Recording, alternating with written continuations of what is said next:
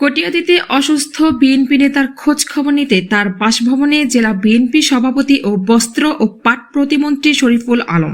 Staff reporter Mohammad জজিমিয়া জানান, কিশোরগঞ্জের কটিয়াদী উপজেলা বিএনপির সভাপতি ও কটিয়াদী পৌরসভার সাবেক মেয়র আলহাজ তোফাজ্জল হোসেন খান দিলীপের শারীরিক অবস্থার খোঁজ খবর নিতে তার বাসভবনে যান কিশোরগঞ্জ জেলা বিএনপির সভাপতি ও বস্ত্র ও পাট প্রতিমন্ত্রী শরীফুল আলম।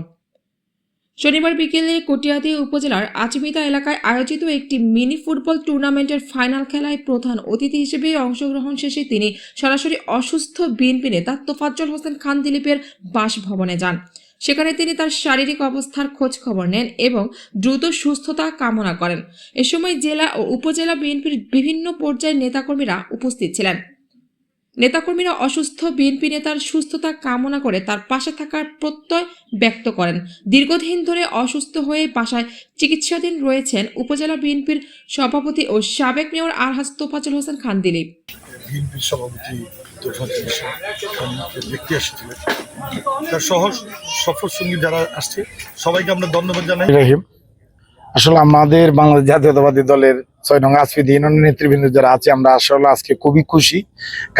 খুশির কারণটা হলো যে আজকে আমাদের মিনি স্টেডিয়ামে যে খেলা ছিল সেখানে আমাদের কিশোরগঞ্জ জেলা বিএনপি সংগ্রামী সভাপতি, আমাদের কারানির্যাতিত নেতা, আসলে আমি যাকে মন্ত্রী হিসেবে না, ওনাকে মন্ত্রী না, উনি এমন একটি মানুষ যে ওনার প্রতিটা নেতাকর্মী ওনার কাছে যেতে পারে।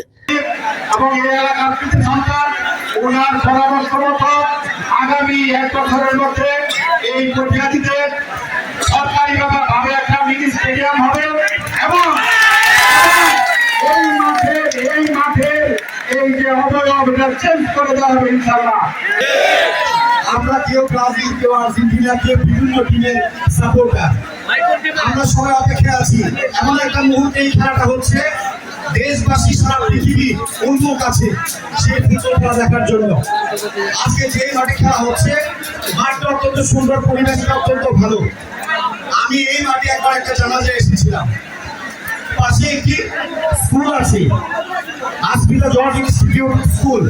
এই স্কুলের সভাপতি আমাদের অত্যন্ত ঘনিষ্ঠজন আশরাফ আহমেদ জুল সাহেব। আজকে এই সুন্দর পরিবেশটাকে আরো সুন্দর করা প্রয়োজন। আমি আপনাকে কথা দিলাম, আল্লাহ যদি বাঁচিয়ে রাখে, আগামী বছর এখানে যখন টুর্নামেন্টটা হবে, এই টুর্নামেন্টে আমাদের মাননীয় প্রতিমন্ত্রী যদি আল্লাহ আমাকে বাঁচিয়ে রাখে, ওনাকে আমি ফাইনালে নিয়ে আসবো। এই মাঠটা দ্রুত উন্নয়নের প্রয়োজন। আমি শুনেছি আশেপাশে আরো অনেক জায়গা আছে, প্রয়োজন জায়গা একটু বাড়ান।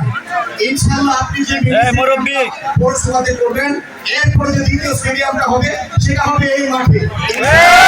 আমি আমার পক্ষে চ্যাম্পিয়নকে বলবো, পাশাপাশি এই স্কুলটি ভবন দরকার, কিন্তু আপনারা একটু মানুষ আপনি একটা দিবেন, শিক্ষামন্ত্রীকে ভবনের দায়িত্ব আমার ইনশাআল্লাহ আল্লাহ